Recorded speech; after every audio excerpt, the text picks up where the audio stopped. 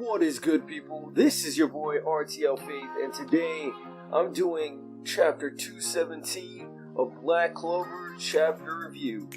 This chapter was short, and it didn't really have a lot going on, but what it did have was pretty interesting to say the least. Now, without further ado, let's get started. Now the chapter starts off with Asta and Nero approaching a building that is known as the Clover Kingdom Court of the Magic Parliament building.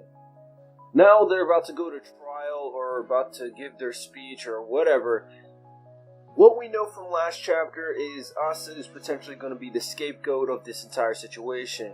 So this is where it all takes place. This is where we see the fate of Asta going on.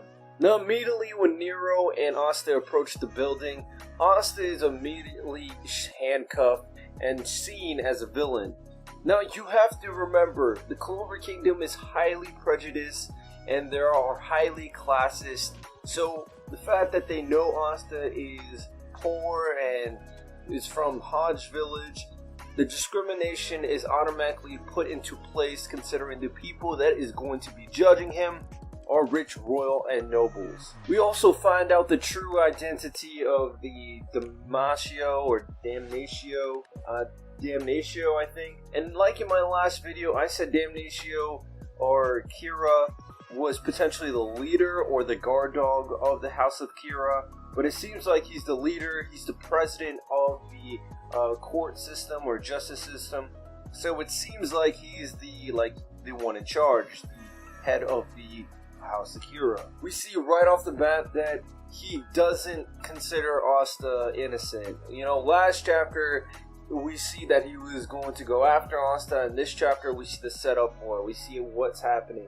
He considers Asta a convict from the very start. Obviously, Asta is very shocked, but he kind of knew it was going to happen because of the warning from Julius. But still, he's very dumbfounded about the situation, because from his point of view, he knows what happened. He knows who did it, but he's seen as the bad person. And what I said before in my last video is I said this is going to be the moment Asta gets a new perspective of the Clover Kingdom. This is the moment he gets a realization of what the Clover Kingdom is all about. And that is exactly what is happening now, as he's seen as a criminal right in front of his very eyes, despite not doing anything wrong. So Damnatio gives his he gives the opening statements for Asta and Nero to the other nobles and royals that are in the courtroom that probably have a say in the matter. We know that Damnatio's magic involves scales, so I don't know if that actually plays a role into his verdict, but we're going to see regardless. He starts addressing Asta as the Black Bulls member, as from Hodge Village and everything. He also addresses Nero as someone who doesn't have records in the system. They don't know who they are. And immediately they're seen as criminals because of their background, because of how they're perceived. And the fact that Nero has horns also doesn't help, because it's an indication that she used forbidden magic. So in both cases, the fact that Asta has a black form, Nero has horns, gives them the look, it gives them the perception of being bad individuals considering what type of things they do on the regular. Now the most interesting part of this chapter is the interaction between Damnatio and Asta. Now it's not very clear, I have a sense that there's two ways to look at Damnatio. One, he's the leader of the House of Kira, and he's a classist like everybody else, and he hates poor, no magic, useless scum, and he hates them all. You know, he just doesn't like them. Or he doesn't necessarily not like them, but he does everything in the benefit for the kingdom and for the house. So he does whatever is necessary for justice, and his perception of justice, of course, is not totally clear as of yet, but it seems like it centers around status, for sure. So he says something very interesting to Asta. He goes into Asta's ear and says, Either you'll be judged as the demon, or the magic knights will bear the brunt of the responsibility.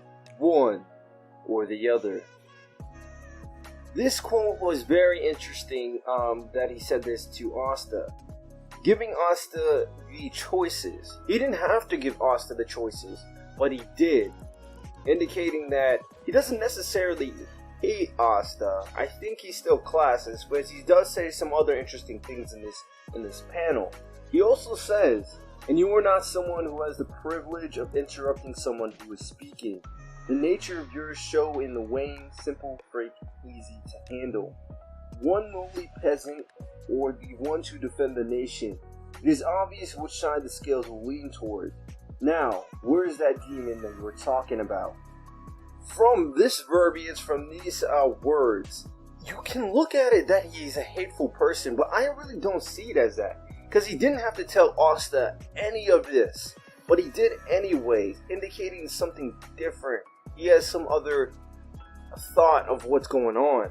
Because he realizes there's only two options. We can blame the magic knights and ruin the kingdom, or you can be the scapegoat to preserve the peace. He also says something else. He says, where is that demon you were talking about? Indicating that he can't do anything. Because they need someone to blame, because royals and nobles are very stubborn. They need someone to blame. They can blame the magic knights for all the wrongdoings, but they can't blame the elves because they don't have the elves in front of them. They can blame Asta because he uses forbidden magic and everything, but they can't blame the demon because the demon is gone. So he only has two choices, and he gives Asta the choices. He tells Asta, he pretty much tells Asta, if you're not the scapegoat, we're gonna have to blame the magic knights, and the Clover Kingdom will be ruined. This is very interesting. And he does say, Asta, you do not have the privilege of speaking up against us. You're still a peasant. You're not on the class of these royals and nobles. If you speak out of turn, you'll be seen as worse than you are. All of this sounds like advice. All of this sounds like he's trying to help Asta, not really help him, but trying to give Asta some light of what is going on. And Asta's not that smart, so Asta's not going to know exactly how to deal with the situation. Asta knows that the demon was at fault. He knows this, but Asta doesn't really understand what exactly is going on.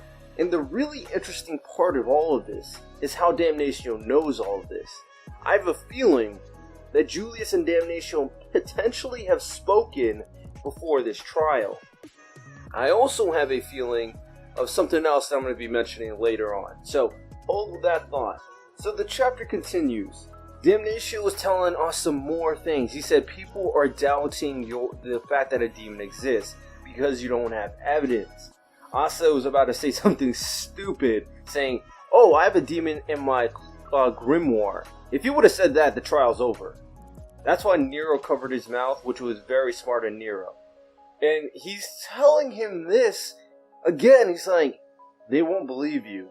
So, he has another plan, because Asta is not really understanding what is going on.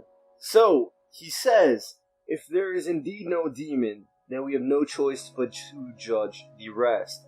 Since Asta won't be the scapegoat willingly, they bring out someone who was involved, but he strategically picked not a criminal, but a ex-convict's sister. So she's not a magic knight, but she is the sister of an ex-convict, because they couldn't bring out Ghost because he was a magic knight. So they brought out her because she was weak and frail and has a relationship with Asta. How Damnatio knows this information is also very interesting. That's why I think he talked to Julius. He brought her out. He said, we're going to convict her. She's going to be put on trial. Then he threatened her and everything, and then Asta was forced to act out of emotion, obviously, because Asta does that. Uses his black form in front of everybody, and Damnatio forces him to reveal his ability. Not reveal the fact, but he uses this opportunity to make Asta the scapegoat, because that is what is needed to be done in this scenario. So Asta goes to his black form, and then he pretty much goes against the Parliament. He goes against the House, and Damnatio just goes like, "All right, now we can go further." What is interesting is the last page. Asta says, "I don't approve of your justice." Damnatio says, "I do not listen to demons like you." Now, this is kind of going against what I was just saying. It might be that Damnatio doesn't like Asta, or Damnatio is classist, or he has a vendetta against demons. It is somewhere along that lines. I think this character is more interesting than we first perceived, for what we first expected. He seems like he has more layers to him than we know, and I'm very interested to see what's going to come of Damnatio. Now, like I said, some things that can happen to kind of help this, like, favor Asta, to help him get out of this situation, is one, Julius can talk, but Julius is a kid, so he might not have that much leverage. 2, William can talk. 3, the elves could talk. I think one or all of them could happen, and more than likely should and will happen. So that's probably what's going to take place in the next couple chapters. So this is what I got from this chapter. It was short, it was pretty clear, but there's more layers, it seems like, underneath than we're actually expecting. So I'm looking forward to chapter 318. 218, I'm sorry, I apologize for that. I'm looking forward to chapter 218, and I really am enjoying what's going on with Black Clover at the moment. Thanks for you guys for watching. If you liked the video, hit that like button. If you want to see more content like this, subscribe. This has been your boy RTL Faith. I'll see you guys next time. Peace out.